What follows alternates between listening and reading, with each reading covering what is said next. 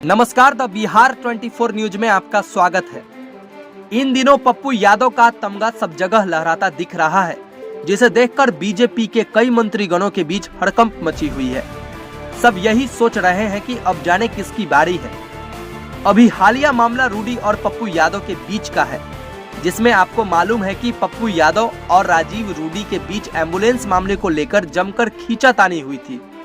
उसके ऊपर कल एम्बुलेंस से बालू ढोने का जो वीडियो सामने आया, उसने रूडी जी को और भी स्तब्ध कर दिया।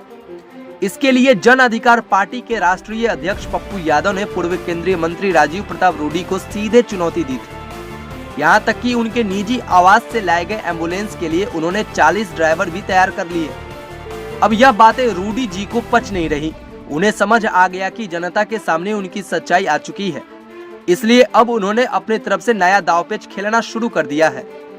आज पटना में हुए प्रेस वार्ता में पप्पू यादव ने एक बहुत बड़ी बात सामने रखी है, जिसमें उन्होंने वह कॉल रिकॉर्डिंग सुनाई है जिसमें साफ साफ रूडी जी के आवास पर रहने वाले बबलू चौबे पप्पू यादव के कार्यकर्ता को जान से मारने की धमकी दे रहे हैं। इतना ही नहीं, पूर्व केंद्रीय मंत्री राजीव प्रताप रूडी के दामाद पर भी पप्पू यादव ने जान से मारने की धमकी का आरोप लगाया। इसके लिए उन्होंने प्रेस वार्ता के समय गाली गलौज भरे ऑडियो भी सुनाए। साथ ही पप्पू यादव ने तत्कालीन डीएम पंकज पाल के ट्रांसफर की जांच की भी मांग की। उन्होंने कहा कि डीएम पंकज पाल ने रूडी का एम्बुलेंस यह कहते हुए जब्त किया था कि वे इसका इस्तेमाल निजी कार्यों में करते हैं। फिर रूडी ने मुख्यमंत्री राबड़ी देवी से मिलकर एक सप्ताह में उनका ट्रांसफर करा दिया था। पूर्व सांसद पप्पू यादव ने इस पर सवाल भी पूछा कि जब डीएम ने उनका एम्बुलेंस जब्त कर लिया तो फिर उन्हें वापस कैसे मिला, और इन एम्बुलेंस ड्राइवरों को वेतन कौन दे रहा है, इसकी भी जांच होनी चाहिए। पप्पू यादव ने कहा कि रूडी जी के आवास पर रहने वाले बबलू चौबे और उनके दामाद अभिमन्यु त्यागी हमारे एक वर्कर मनीष विशाल को जान से मारने की धमकी दे रहे हैं। क्या रूडी जी का स्तर इतना गिर गया है, अब वह हमें जान से मारने की धमकी दे रहे हैं? और अगर मारना भी चाहते हैं तो बेशक मारे। अगर इससे बिहार की मरीजों की जान बच जाती है तो मैं तैयार हूँ। अगर उन्हें कुछ होता है तो इसकी जिम्मेदारी रूडी जी होंगे। उन्होंने रूडी के कौशल प्रशिक्षण केंद्र की जमीन का दस्तावेज दिखाते हुए यह भी कहा कि अभी तक उन्होंने भूस्वामी को पैसे तक नहीं दिए, आखिर क्यों? केस 24 घंटे के बाद होगा।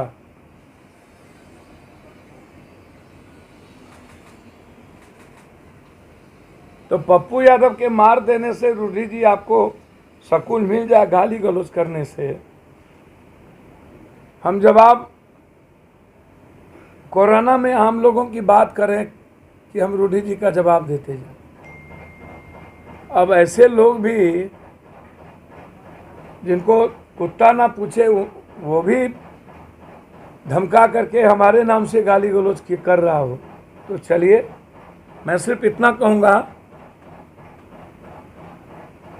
कि सरकारी सारे एम्बुलेंस चल रहे हैं। सरकार अविलंब 72 घंटे के अंदर एम्बुलेंस के चलते जो मौत हुई है उस पर केस करे, एम्बुलेंस को सड़कों पर लाए। और एम्बुलेंस की माफियागिरी अभी भी बंद नहीं हुई है। पटना में और जगहों पर 30,000 40,000 रुपया ले रहे हैं। सारा ऑडियो आ चुका है मेरे पास, वो भी मैं आपको कल सुनाऊं। जहां भी भाड़ा लिया जा रहा है 20,000 24,000 का ऑडियो ले आ गया, वीडियो भी आ गया। मैं सिर्फ इतना कहूँगा कि ना तो रूडी जी पर एस्किल के पैसे अपने आदमी को दे करके अपने जमीन पर घर बनाने का एफआईआर लॉज हो, और एस्किल का पैसा जिनको नहीं दिया और अभी तक वो जमीन पर घर बना दिया उस पर भी एफआईआर लॉज हो, इंक्वायरी हो। पंकज पाल के बाद फिर इनके पास कैसे गया उनकी इंक्वायरी हो। इनके घर के आगे में बालू ढोया जा रहा है उनकी इंक्वायरी हो। ऑक्सीजन और अन्य चीज कहाँ चले गए, पूरा एम्बुलेंस का अविलंब 12 घंटे के अंदर डीएम जांच करे।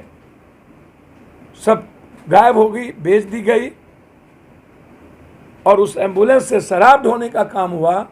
जब ड्राइवर नहीं था तो वो सारा एम्बुलेंस वहां से कहां चला गया, ये मेरा डिमांड है। बहुत बहुत धन्यवाद। ये जमीन मालिकों का कागज है। अभी तक उसको पेमेंट नहीं किया गया।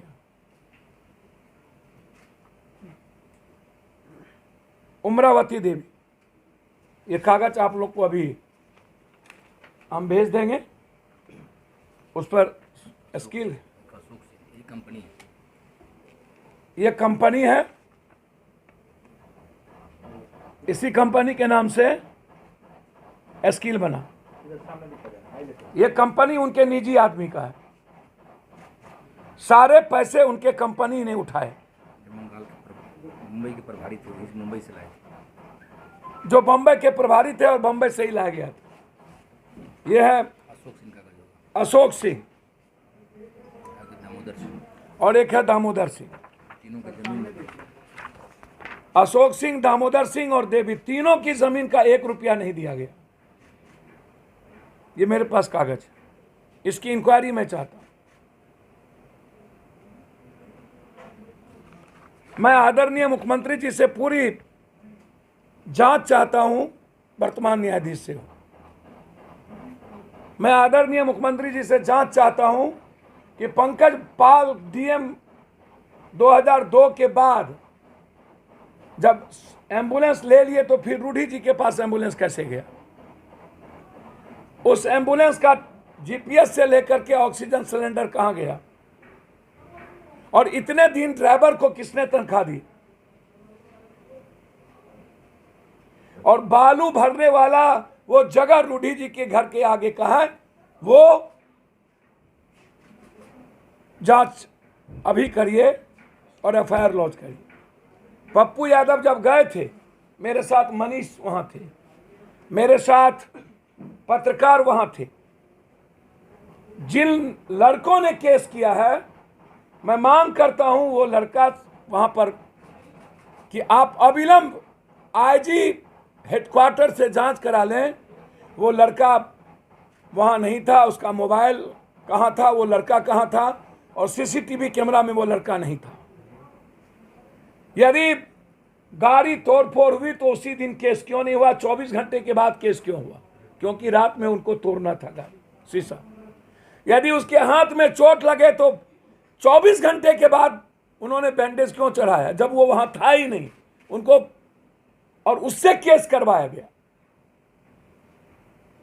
तो मैं इंक्वायरी की मांग करता हूं।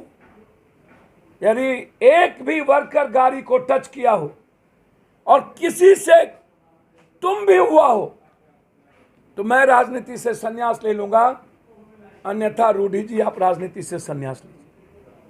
और मैं चैलेंज करता हूं, या तो इसकी जांच सीबीआई से हो, या वर्तमान न्यायाधीश से हो, या आईजी हेडक्वार्टर से नीतीश कुमार जी करें।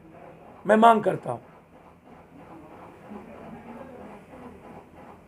बहुत क्लियर है। अब आप इनको कैसे धमकी मिल रहा है ये सुनिए। उनके पीए कौन है? निकाल। तो हम लोग जब गए वहाँ पे तो हम लोग ये ऑडियो सुनाइए, पहले ऑडियो सुन, ये फोटो देखो। जितना पिटाए वाला काम के लेलन है, कोई घर में कुछ नहीं है, उनका औकात बा।